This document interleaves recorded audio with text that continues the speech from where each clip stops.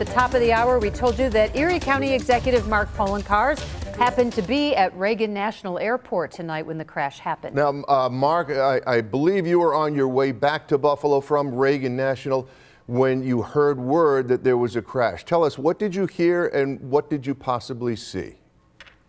Well, Scott and Mary Alice, thanks for having me on. I was at Reagan National, as you said. I was at the American Airlines Terminal 2 in Section E. And we first were announced of a full ground stop. And then immediately at that same time, we started to notice that emergency vehicles started headed towards the runway, which we now realize was not the runway, it was the Potomac River. So there were no flights that were landing at that point and no flights that were going out. I then did a quick search on social media and just typed in Reagan National for the latest information. And at that point, it became quite apparent that there were initial reports of a small plane that had crashed. Didn't realize at that point it was an actual midair collision of a regional jet, the same type of jet that I would have taken back to Buffalo. So there was announcements by American Airlines for all the gate agents to stay where they were. That no flights would be landing, no flights would be taking off. And then within another 15 to 20 minutes, it became quite apparent that this was a major disaster where a regional flight with, as we now know, 64 individuals on it crashed midair into a helicopter. It's just a terrible situation. It's the first major, as we know, air crash in the United States since Flight 3407 in Clarence. Mm-hmm. And it was a real sad, somber sight. You know how it often is when your flight gets delayed, people start grumbling and they're not happy. But I think everyone pretty soon realized that this was not a normal delay. And then after waiting for about another half hour or so, I just realized that we were not going to have any flights go out tonight. So I rebooked my flight for tomorrow. And then very shortly thereafter, they pretty much canceled all flights for the remainder of the night. Sure, Mark, we know that the plane was landing, scheduled to land at Reagan. Did you hear any commotion or talk from people who may have been waiting for that plane to arrive or a connection at all? Did they make any announcement to clue you in about what was going on? No, other than the ground stop, they didn't make any announcements, but we could tell something really bad had happened based on the amount of emergency vehicles that were headed towards that area.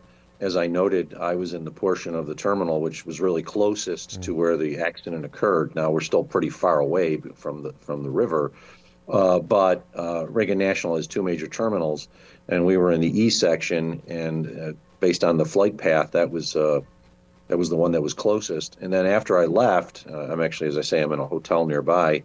When you get on the thruway leaving Reagan, it kind of rises and you can look over at the Potomac, and then I could actually see all of the emergency vehicles that were actually on the river. From where I was in the terminal, I could only see the emergency vehicles that headed out towards the river. We couldn't actually see the vehicle or the boats that were on the river, but I mean, I saw just 40 to 50 emergency vehicles that fire trucks, fire rescues, other types of rescues that left the airport towards what was the end of the runway.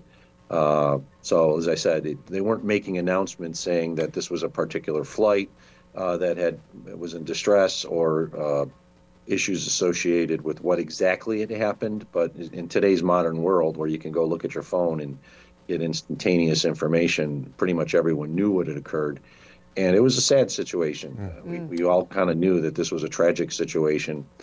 So unlike when you normally get a situation where you've got to rebook a flight because of delays or cancellations, when people aren't always that happy, people were pretty sad and just understood that this was a situation where people were just about to land in Reagan for whatever reason, and they're never going to see their families again. And I feel for the families for the loss of the loved ones. Understandable, and certainly when you hear the terms regional airline, brings back those horrible memories of Colgan Air, Flight 3407, that crashed here in Clarence Center. Mark Poloncarz, Erie County Executive. Mark, thank you so much for your joining us at this late hour tonight. We hope you have a safe flight home tomorrow. Thank you. Take care, everyone. Thank you.